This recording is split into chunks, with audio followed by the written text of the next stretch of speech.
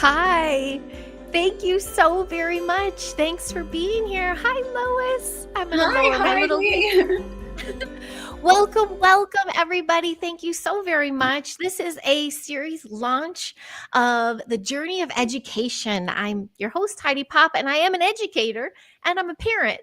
And I'm looking forward to this conversation with specialists and educators and parents alike, all giving wisdom and insight when it comes to the many choices we have of education, not just the education for our children, but for ourselves too.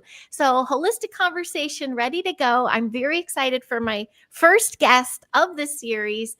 I have from the East Coast and Canada. Welcome, Canada. Welcome, Lois Macaulay. How are you?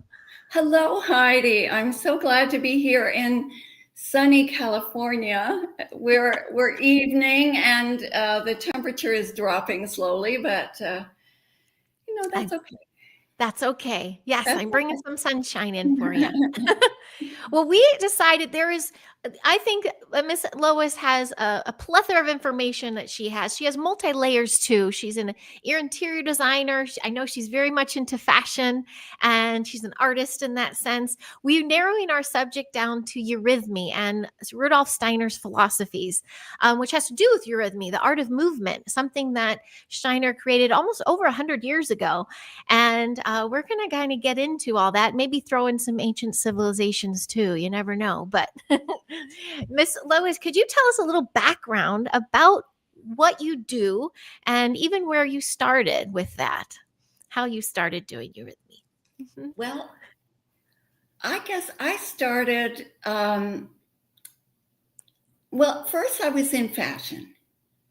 And then I thought, this is just not good. There's far more interesting things to do. And I thought, what I need is to do something that is dance, that I thought that we could really transform ourselves through movement. I got that idea.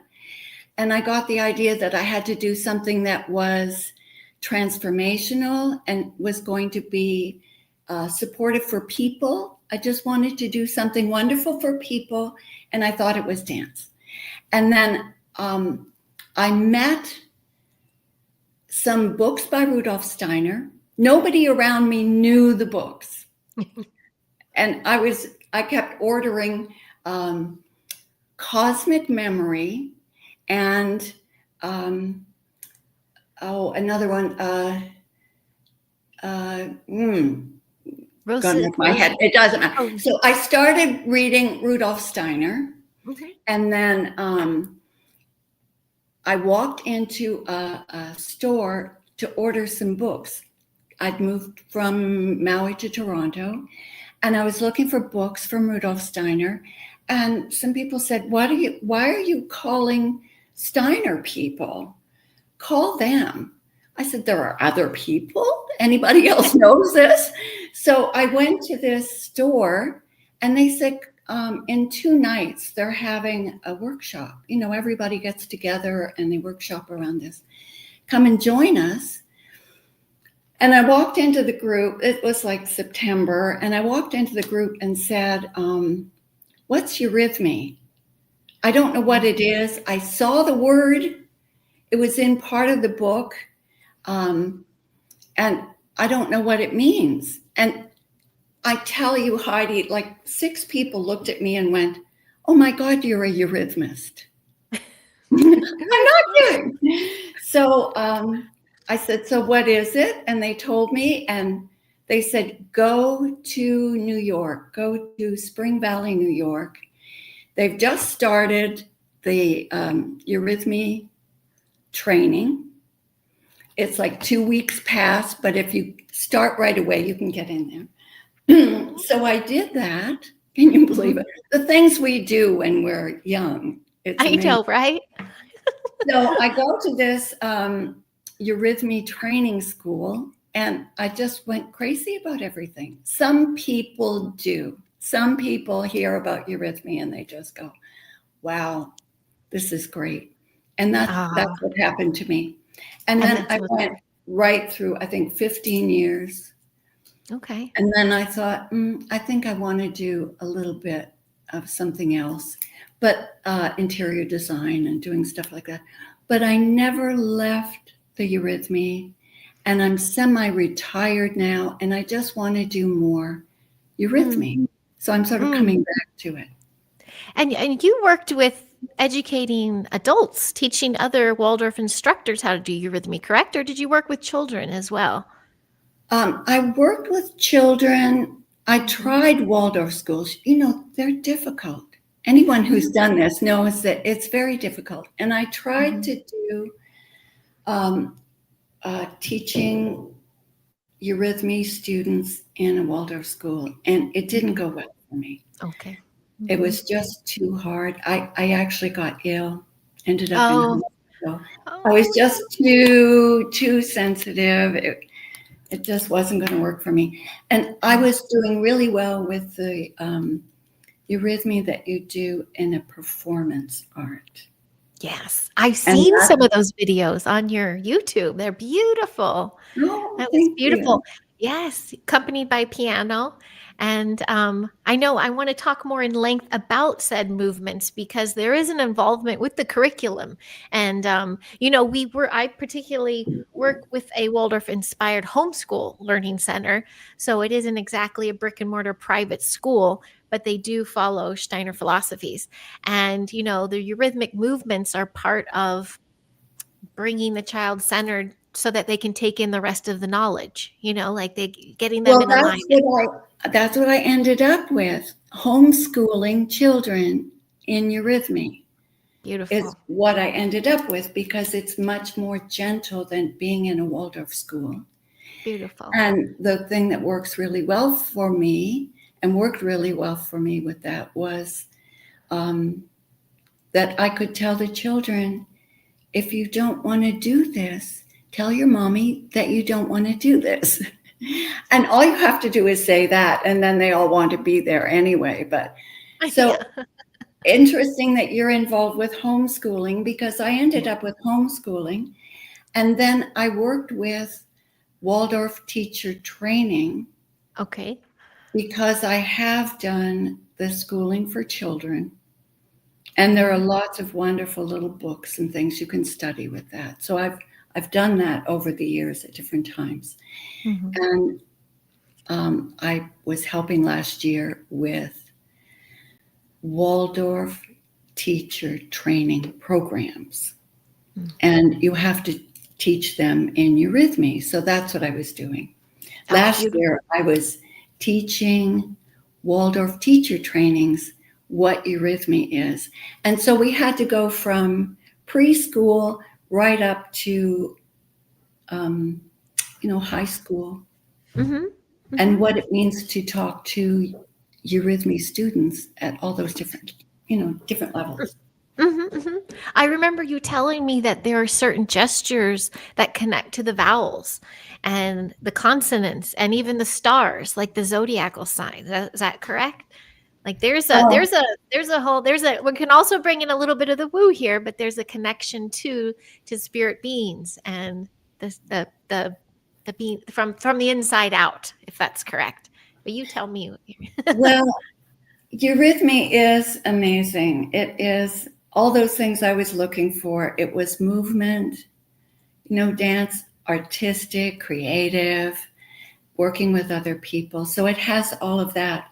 But it really is quite different because it's not dance. So if you're thinking it's yoga, it has nothing to do with yoga, nothing to do with it. If you want to do modern dance, it has nothing to do with modern dance. It just doesn't have any relationship to that. So it doesn't do jazz, it doesn't do tap, doesn't do anything. It's not dance. It's maybe closer to yoga, but it's completely different. It has nothing to do with it. Would you say it's similar to maybe Tai Chi? Like something Again, no. No? Okay. No. The thing with Eurythmy is that I've done with all the what it isn't. And what it is perfect. The word. It gets very woo-woo very fast with Eurythmy. So what we're dealing with is the word. In the beginning was the Word. And the Word is speech. And we talked about consonants and vowels. Mhm. And so, I don't know. Here's the vowels are like A, E, O, U, A, E, I, O, and U. Mhm. It's really good to work with that. I'll step out and show that in a minute. And Mhm. we can do the consonants. Mhm. So that's B, D, M, L, all these consonants. And then you put them together in words. So you can actually dance a poem. I Oh, can, nice. Okay. yeah, Mhm. I'm going to do something. Yes. And I see a question when Tanya asking what exactly is eurythmy for those. It's the art of movement, correct? It's this The that's art of that would be movement. the simple of it. Yeah. Mhm. So if we're talking about Heidi, it starts with ha. Heidi is ha. You break it open. Ha Ah, is a Heidi is a ha. And I is is ah. E is E, and I is I. That's Heidi. So we've got ha, I, hi, and then we have a d. I'll do it better when we come out, but mhm. it's like you press down a d and it gets hard at the So poetry with your body, bottom. essentially. Mhm. And E, Heidi. So we can do ha, Mhm. I, E, d, Mm. E. So we have Heidi. I've got, I love that. so Yes. it's like we've got all of that. Mhm. And the words, the poems, we can do the three bears for little children, and they just love it. They Do love the the movement, don't they? They They love to love move the in the movement. body and associate it with knowledge because then it can register a little clearer. It's also a beautiful way to start the day. It aligns a child to get ready to focus for a main lesson, let's say. I've seen educators do that, walk them in the field a certain way, do pattern work to cross their left right hemisphere in a certain way, and then they're able to sit and do their lesson, like say, oh yeah, I'm in alignment now. It seems like it serves a purpose in that sense when it comes to education. Absolutely. So because they're working with the sounds and not just the sounds, well, yeah, let's stick with the sounds. If we do E-R-O, that is an exercise for adults and children in every age and stage. And I know anthroposophists who are lecturers, very earnest, people who are flown all over the world to talk about Rudolf Steiner. When you talk about them every morning, they do E-R-O. They Oh, do eurythmy every morning. It's one of those exercises that you can really tune yourself up for the day. And so the eurythmy has that in it. It's got tuning up, and also if eurythmists have to work with the Rudolf Steiner knowledge and information. So eurythmists are usually called in to, I think I spoke to you that I talked about Atlantis and Lemuria with yeah, um, beautiful. Grant Davis, who is very knowledgeable with all the anthroposophical wisdom. And the Eurythmists are all very knowledgeable about all of those things. Mm. So it's not just the gestures and the dance and all of that, but we've been working with Steinerisms. And so, we can talk about all of those things, all of those wonderful woo-woo things. And Yeah. yeah, go ahead, because there's something else I want to talk about, but go ahead and speak. Oh no, I want to hear. But when you're saying that man, was that in Chicago? Wasn't it the threefold man? Was that the program in Chicago you did? It was a 5 series, I think. Is that We did 5 series Mhm, with Andrei Onegin out of Chicago, mhm, and it's Threefold Man is his mhm. organization. And we did a series of 5, and that was um, things you can do with your eurythmy that are meditations. Mm, So nice. it's using eurythmy as a meditation. They're not, Mm, of course, they're shorter in length. And we go through these really important, um, workshops that we can do with those. So we did 5 of them, pretty much 2 each time, Saturday afternoons. And then we did 7, and that was with the um, planets. mm. Oh, yes. You were gonna connect that. Was that what you were waiting to say? I don't wanna stop your train of thought Yeah, because I know no. like we said, it was gonna flow and do what it needs to do. I think if we just keep flowing, I've probably forgotten what I was first saying. Oh, So, no. yeah, it's so many different things. So eurythmy is so many different things. Just Yes, like yes. Steiner, it's just so many different things.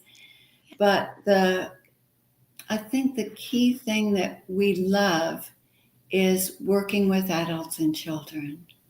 Mm, I think that's mhm. what we all just really love. Yes. Would Getting into the eurythmy and what it's all about, and bringing people in, and mhm.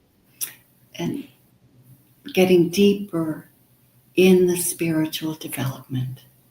And speaking with the spiritual development side, is that how you would say, like, let's say someone is tuning in for the first time, they have not read any of Rudolf Steiner, they have not been in one of the classrooms, they're unaware of who he is. How would you summarize his philosophy or his how he developed his curriculum under what philosophy?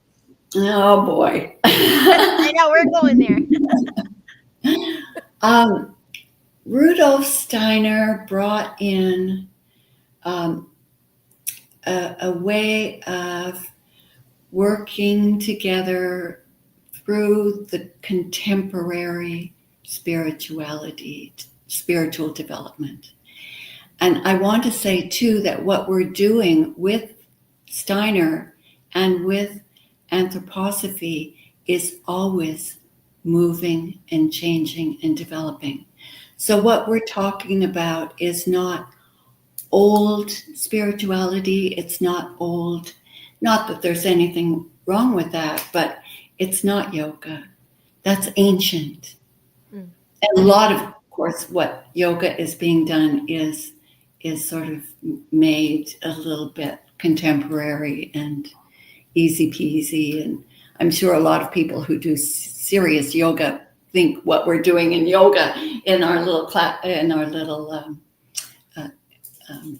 workshops Mhm, are mhm, are not good. In the eurythmy, it's serious, it's contemporary. Rudolf Steiner brought um, a spiritual development meant for today, for now, mm. and what we're developing in our contemporary. How do you talk about this? It's always so difficult. I know, Um, right?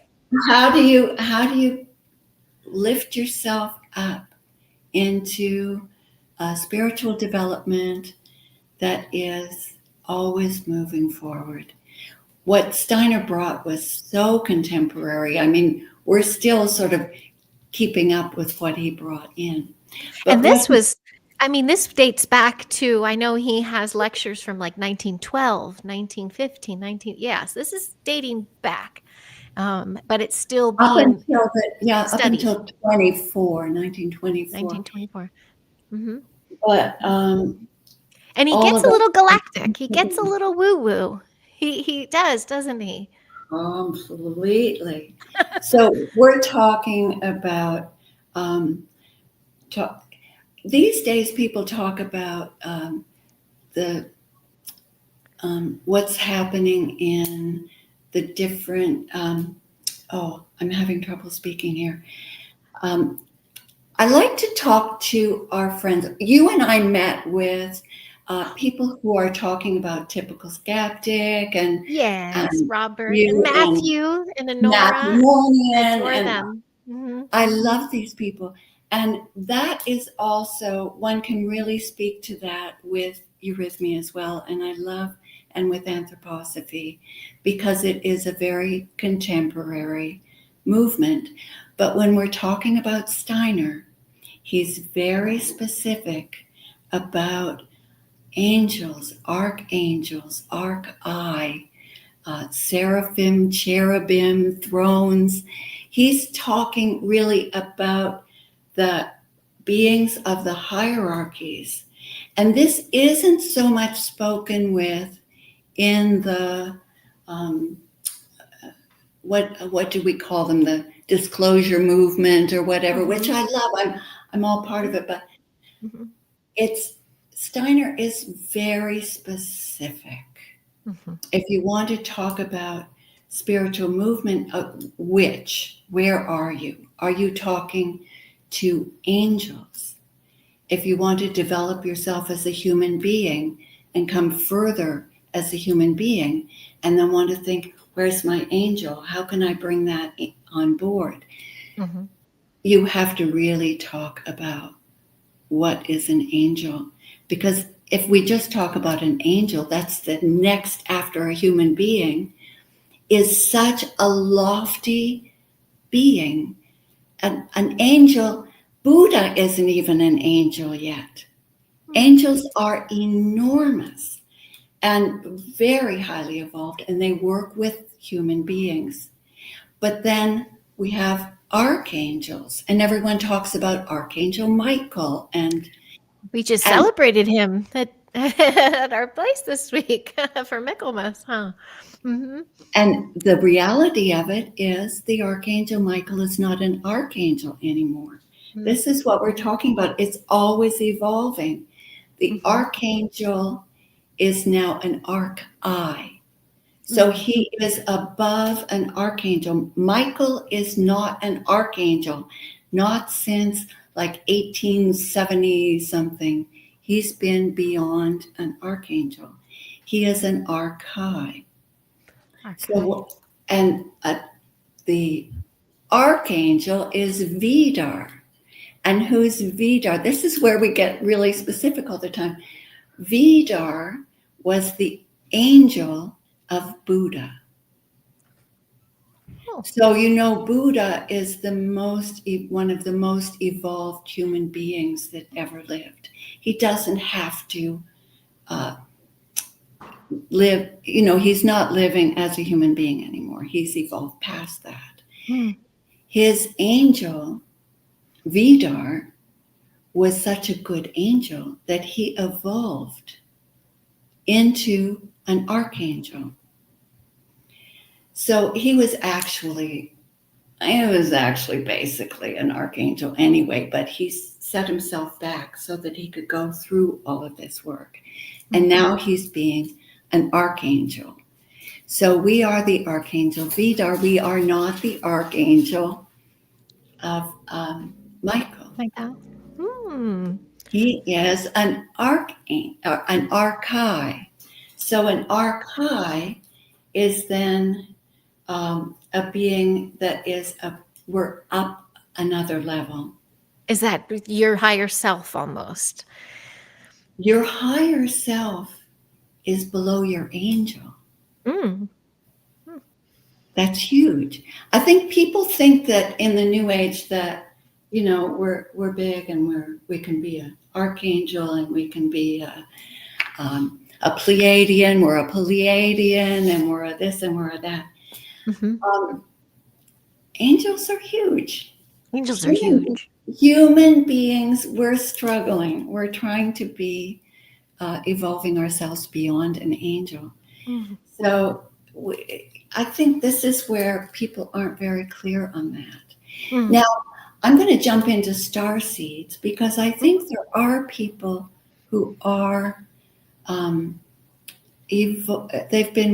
haven't been working as a human being. Mm. And we have these young people who are star seeds, and it's all mixed up right now because I really love that aspect that young people have not been human beings. They have been. We've got angels and archangels. We're talking about um, um, Venus Oh yeah, you and were saying. Mercury. Mhm. Mercury is an archangel. Hmm. Venus is an archai. And so there are beings who have been working, helping humanity, that have jumped out and have maybe worked with Venus or worked with Jupiter or the sun, and have been working with beings who aren't as evolved as, higher humans. But they have been working together with these um, beings within our solar system. Hmm. So it's all And so connected there. it connects. And Hmm. so these entities are jumping in. So, yes, things get a little complicated. So, Well, most even in the classroom, most people aren't big enough to be an angel, but mm, suddenly there'll be someone jump in that is an archangel or an angel and is working in Earth along with human beings to evolve them. So I'm sorry, I just jumped out. oh no, I'm All that I in. love it. I absolutely love it. And I want to thank that chat for being here, the support. And I have to tell you, Lois, I did not plan it this way. This is the launch, and I see our thumbnail, and it's kind of like we're talking heads on our image. I didn't plan that. I just tried something else. So now I know. No, I'm relating this to the classroom because, like I said, it's a homeschool situation I'm in, but using these philosophies, there is like if there's conflict in the class, there is a lot of reverence with like a candle lit and calling the angels in, and you're calling in that higher power to come assist you in that moment to become a better human. And it's very normalized in those types of classrooms, which I think is kind of beautiful. It's sweet. It's sweet. And celebrating the archangels and the archetypes and archangels, making that part of the curriculum. I don't know. It seems empowering for the children. Perhaps it's them being aware of their guardians. Perhaps it's being not that they surrender who they are as a human, but it reminds them to really step up and be their best selves, and that they are divinely guided and protected. You see a little shift in them when we bring in those realms. I see. Um, but this all connects too with this is the expression with eurythmy, correct? Like all these when you were talking about Venus and the consonants and the vowels, it's and bringing the movement in with that, it's all part of the curriculum of the Steiner philosophies is eurythmy and the stars and the planets and the angels and the it's all connected. And I'm kind of with you on the private schooling. I think that's been taken to another level, especially here in the States. I'm not sure about there in Canada. Oh, ever Um, so much so here so too. I that's very because I think Steiner would not be happy, and I don't think he would be happy with the current situations in our medical systems and everything. But I love seeing homeschool groups getting together, homeschool pods and groups and centers utilizing just these philosophies because it takes it honors the ether, the and the keeping the mind body will of a child intact. That's beautiful. That's, watching humanity rise right there. So it's something really to honor. But if we can take some of these beautiful philosophies and bring them into the homeschool world, I think parents would see it's a lot less education is a lot less what we thought it used to be. It could be so much more and much more spiritual. And I like that you said it's not the new age woo. This is, a contemporary form of education and philosophy. Maybe something lovely to chat about. And there's study groups on it, correct? Too. You've led a few with the. I don't believe you're with them any longer. The Anthroposophical Society you were with for a while, and you were teaching among them. Is that correct? I'm always working You're always with them. Okay. with Mm. the Steiner work. I'm not a member of the Anthroposophical Society since 2006. But you were for over 30 years, I think, correct? I'm a Yeah. free spirit, yeah, and I'm still involved with all of that. I haven't lost any of it. And with the children, working with the homeschool, I think children have always had a feeling for angels. Yes, I think so too. Young children have a feeling for the spiritual world. They kind of descend out of it and then get more hardened as they get older.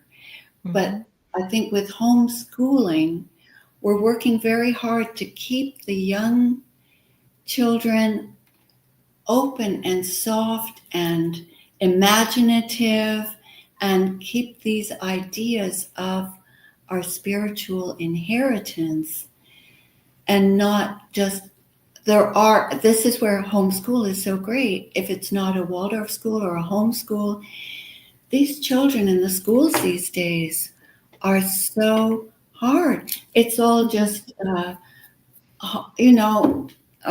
so we have to really... The light turns off. Their light turns off. Where I see a lot of the homeschool enrichment, or even Steiner children, or just homeschool children, their light is still intact. And I think that's the goal. I think that's the goal of a good education model, is to keep the child's light intact, keep them wanting to learn. There should be joy and play in learning. And with the expression and movement of eurythmy, it's very, easy to keep that energy moving. Well, it helps with the color. With the days of the week. Do you work with that in homeschool, that you keep the... Oh, sure. Monday I go along with... Monday, and Tuesday is the Mars day. And so you have red for Tuesday, and Wednesday. Or you... Yes. Yellow. Yeah. Or you do the opposite on the color wheel, correct? Like you could do their opposite of their... when you look at the color wheel, because everything is very colorful. Even the rooms in the classroom are a certain color based on the child development. And it's all has to do with their spirit body, I believe. Well, I can't say all, because I'm new to this stuff. So, but there's a purpose, and I like to see a purpose in things such as music and color and natural items, natural play, like just playing in nature, being in nature, hands in the dirt, things that are missing and some typical brick and mortars. And then the child seems to dim. And I, feel like we have, as elders and, as the generations grow, we have a duty to protect our children, to protect their light. And, it comes with how we educate them. I think it has a lot to do with that. I do have a feeling we're going to have to do a whole nother episode on ancient civilization, but I want to talk more about, you were going to show some more movements maybe. And I do have a question. And if my friends from where I work see, I borrowed these from my center. They're in my classroom. And I wanted to see, have you used the eurythmy sticks? Do you use these with your movement at all? Do you have some? We have these in the class, everyone. They're beautiful. Oh, she's got hers there. There you go. My coworkers will be like, hey, those from your classroom. I'm like, yeah, yes. I'm teaching myself a couple of things that I'm going to introduce to the class for the mornings, because that morning movement is so important. And I want to learn some new tricks. So do you have something that you could teach me with these? With these, what have you done? I haven't yet, but I am going to try the one when they stand in a circle and then they let it go. And you have to walk to the next one, and the next, you swap. You take turns grabbing each other's, but you're going rhythmically in a circle without letting them fall. Like they're. I don't know if I'm explaining that right. I mean, I'm trying that one. I know. So it's like, but it's movement utilizing these tools too, not just the body. Well, I guess the body does go through there. Thanks, chat. I see you there. I am going to turn on one side, so that I can get a little more room. Oh, she's got some movement coming. Yeah, we're going to do a few things here that I can show you, so that we can look at this. Thank you, folks, too, for tuning in. I know I caught Miss Lois here. We had a time difference that sometimes Oh, happens. And so I love this. So yeah. Thank you. here we are. Thanks, guys. Awesome. Here we go. Okay. Does eurythmy So have to do with crossing the midline too? I do those exercises to help align the kids. Is that same crossing thing? the midline, Mm-hmm. you do this. Okay. Mm-hmm. Mm-hmm. Oh yeah, there's a Like lot. just anything to cross that hemisphere. Mm-hmm. Mhm. I would extend that to the vowels Okay. because there we're talking about. Let me get the light better here. That's A. I That remember is that. Yeah. A. A is that. Mm-hmm. And we want A and we want E. Oh. And you're This stepping is forward, like embracing the world, O. right? Mm-hmm. And you're embracing a hug Mm-hmm. like We this. all Like could use that, right, chat? we all need a nice hug. Oh, and then why is this so dark? That's okay. That's okay. Keep going there. I'm just going to do one thing. These rods, we do crisscross with them, but what people don't realize is what we're actually doing is the vowels and the consonants. And we do that a lot with the children. Here we go. They're like the chat is coming up with some wonderful things here. I'm sharing really Oh, quick. good. Yeah. Thank you for So, this, TK. yeah, Mm-hmm. that's a Mm-hmm. little better. So Lovely. we want to do A is the crossing over. A. Mm-hmm. Ah is open. Mm-hmm. You stretch out your arms and open them. And the vowels all have to do with the inside of your heart streaming out. Mm. So the vowels are opening your heart and streaming it out. Ah. And then this crossing over, A. Mm-hmm. And A is strong. It's Mars. Mars. Boom. Mm. A. Mm. Ah. Venus. Mm. Venus open in wonder. A. Boom. It's Mars. Ah. So you want that strong. O. Jupiter. Oh, I didn't know So that. you Okay. have a circle, Jupiter, or you could do it down below, or you could do it up above. But you're making a round Mm-hmm. Jupiter, and Oo is Saturn. There, I'm stretching out like this. Ooh. Isn't that interesting? I had no idea with the planets. Mm-hmm. These are the planets and the vowels, and a ton of other things, but we'll just keep doing it. Beautiful. It's always like goes on and on. Yeah. Ooh, and then we have A, E, O, Oo. Those are our main. And what we do with children, which is really, really fun for them, as we start guarded from harm, cared for by angels, here stand we, one down, one up. Big O, loving and bold, truthful and good. Truthful and good. Oh, not touching. Good, truthful and good. Oh, I can feel that energy already. Isn't that fun? Yeah. And then Oh, if we're talking to parents, not the children, but they can do it too. yes. That E-R-O is huge. This is the one that everyone does. You have, I don't know why this is so It's all right. It works. It works. It's good. Yeah, Okay. you're good. E-R-O. So the E is down and up. Mm-hmm. E. One Does it down. matter right or left? Does it matter right or left? Doesn't matter right or left. And it's good to switch them up a little bit. Mm-hmm. So heart, You're streaming from the center, and it's not in your head. You're in your center. You're in your heart. Mhm. So it goes down and up, and you stream down and up.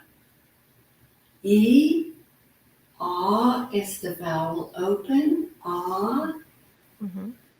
and O. E, ah, O. Yeah, you can feel that harnessing. It's like gathering this energy. I know. Those three together are so powerful.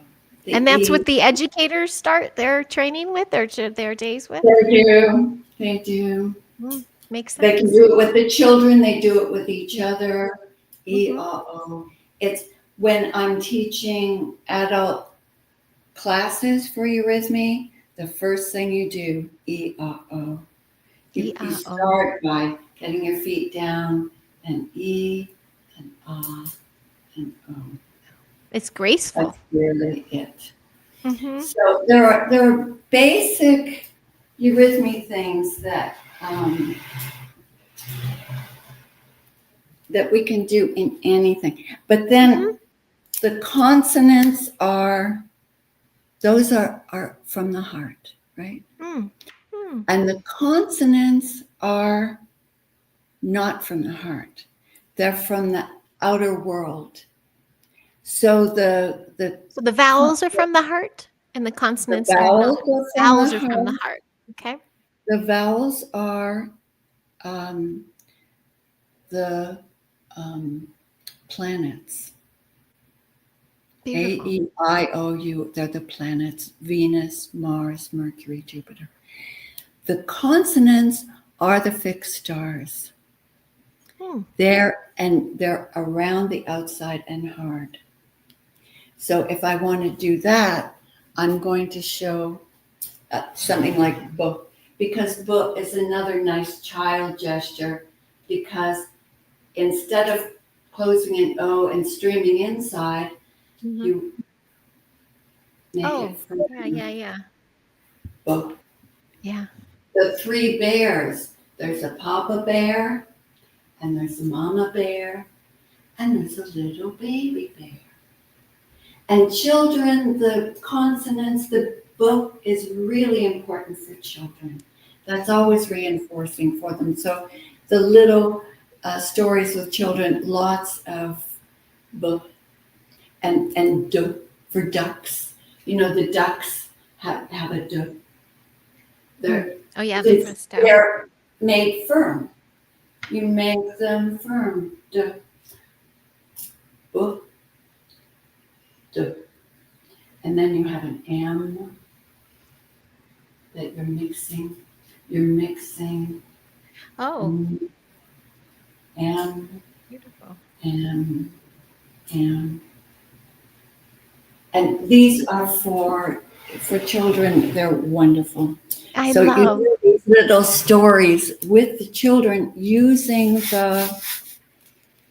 using the consonants and the vowels. You only need one or two eurythmic gestures in a line. And, you know, Mama Bear, it just needs to be a middle-sized book. Yeah. That's what's so So, sweet. And TKB, you're so right. Schools should start with a Eurythmy class for all students at the beginning of each day to get the kids in the right mind and heart. Now, where the Learning Center where I'm at, every class does do movement.